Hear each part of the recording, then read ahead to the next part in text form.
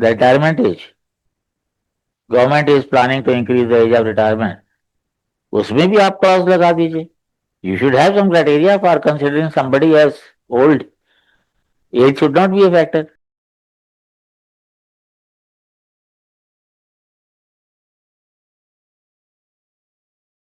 मुझे नहीं लगता आप में से किसी ने ये न्यूज पढ़ी होगी, क्योंकि ये हिंदुस्तान टाइम्स में है, आप लोग तो पढ़ते नहीं, और मैंने पढ़ी। एंड देन दिस लेडी, पता नहीं whether I am in her constituency और she belongs to my constituency, but news was interesting. It's a trivial news. क्या कहती है news? Vehicles emission not as must determine curbs. बहुत बढ़िया idea है। Vehicle की एज मैटर नहीं करती, पॉल्यूशन मैटर करती हैं। ये बात तो हम कब से कैसे आए, मैम ने कौन सी नई बात कर दी? और ये इतनी सी बात है, इतनी सी ही नहीं है, बहुत बड़ी बात है ये। It is the efficiency that matters and the quality. If that applies to the retirement age, government is planning to increase the age of retirement, उसमें भी आप क्लॉज लगा दीजिए। You should have some criteria for considering somebody as old, age should not be a factor. मैं हमेशा कहता आ रहा हूं कि बहुत सारी आपने क्वालिफिकेशन लगा दी हैं, टर्म्स एंड कंडीशन लगा दी हैं, पर्टिकुलरली जो बच्चे पुलिस में जाना चाहते हैं या आईपीएस में भी।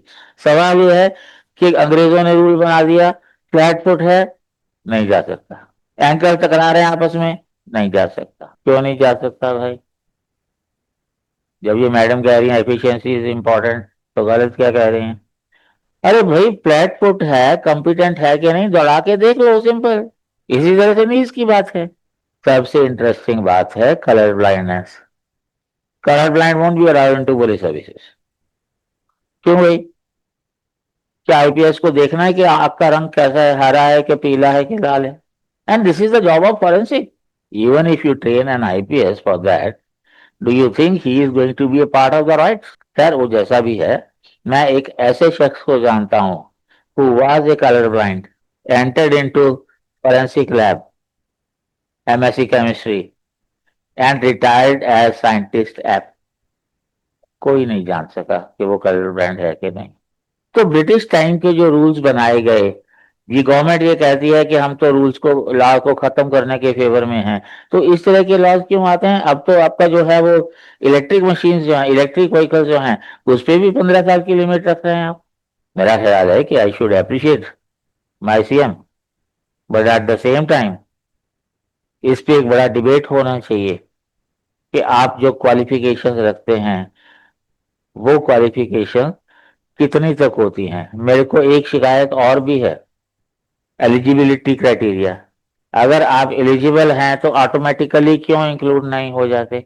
जैसे ओल्ड एज का है, ओल्ड एज की बेनिफिट्स मिलेंगे, आप अप्लाई करिए उसके लिए। अरे भाई, आपने इसको ओल्ड एज डिक्लेयर कर दिया, बेनिफिट्स ऑटोमेटिकली एक्रू होने चाहिए। कई केसेस ऐसे हैं जहां आपको you have to verify to take your pension.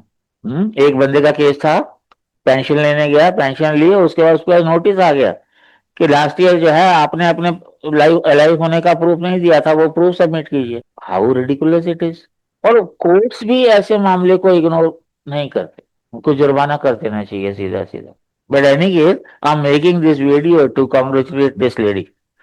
हालांकि मैं पॉलिटिक्स में कभी टांग अड़ाता नहीं हूं, जब तक कि कोई मेरे को जबरदस्ती जो है अपनी टांग आगे ना कर दे।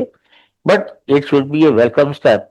If the court agrees, then the court also must explore other avenues, other laws don't mean anything at all।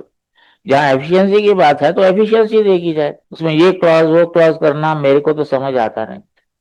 आप लोगों को समझ आता है तो बताओ। Thank you.